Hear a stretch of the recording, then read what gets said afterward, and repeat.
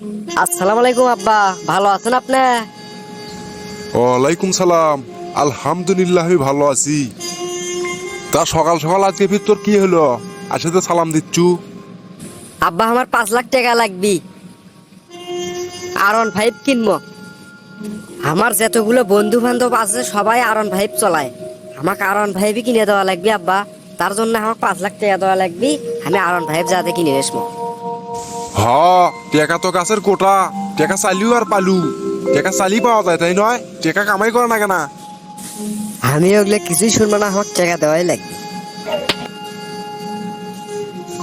ওগুলো টাউডমি বাদ দি। 5 লাখ টাকা পাঁচ পাইও তোকে আমি দিয়ে পাবো না। আমার কাছে টাকা আছে কিন্তু তোকে আমি দেবো না।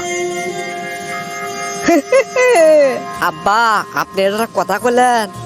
আপনার এক বাপের এক সন্তান আমি, আর আমাকে আপনি টাকা দিবেন না?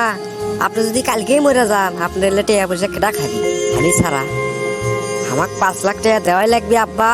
আমার বন্ধু বান্ধব যতগুলো আছে সবাই R15 চলায়, তাই আমি R15 কিনে স্কুলত যাম। না হলে আমি পড়াশুনো কিছুই করবো না, সব বাদ দিয়ে দেবো। কে রে বাবা, তুই তো ঠিকই কছু রে। কালকে যদি আমি মরে যাই তাহলে আমার এলে খাবি কিরা রে? আমার তো কোনো ভাইও নাই, আর আমার তো কোনো ভাজতে বুঝতেও নাই যে তারাই খাবি। তুই আমার একটা মাত্র সন্তান। যা, তো 5 লাখ টাকা আমি দেবো হনে কালকে।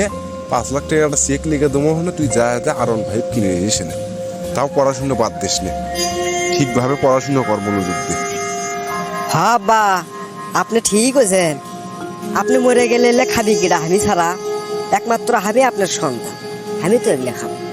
তা আমার শখ হয়েছে আমি এটা R15 কিনবো। সবাই আমার বন্ধু বান্ধব ফ্রেন্ড সার্কেল যেগুলো আছে সবাই R15 কিনে স্কুলে যায়, তা আমি কিছু সাইকেলে যাবো। এই জন্য আপনাকে আমি আজকে করলাম কথাটা। হ্যাঁ বাবা, তুই ঠিক কইছু বাবা।